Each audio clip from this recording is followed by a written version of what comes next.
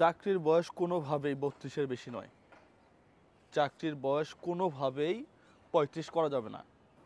আপনার যদি এতই সমস্যা হয়, আপনি এই আন্দোলন করতে পারেন, চাকরিতে কোনো বয়স থাকবে না। ৭০ বছর সেও সরকারি চাকরিতে অ্যাপ্লাই করতে পারবে, এইটা করতে পারেন। কিন্তু ৩৫ বছর যদি আপনি বেঁধে দেন, তাহলে বেকারত্ব বাড়বে। বাংলাদেশে, এই ছোট্ট একটা দেশে ৫০ লক্ষর বেশি মানুষ বেকার। এর মধ্যে যদি আপনি ৩৫ টাকাই দেন, তাহলে এই বেকারত্ব এমনভাবে বাড়বে, ২-১ বছরের মধ্যে দেখবেন যে ১ কোটি মানুষ বেকার হয়ে গেছে। কর্মসংস্থান তো নাই।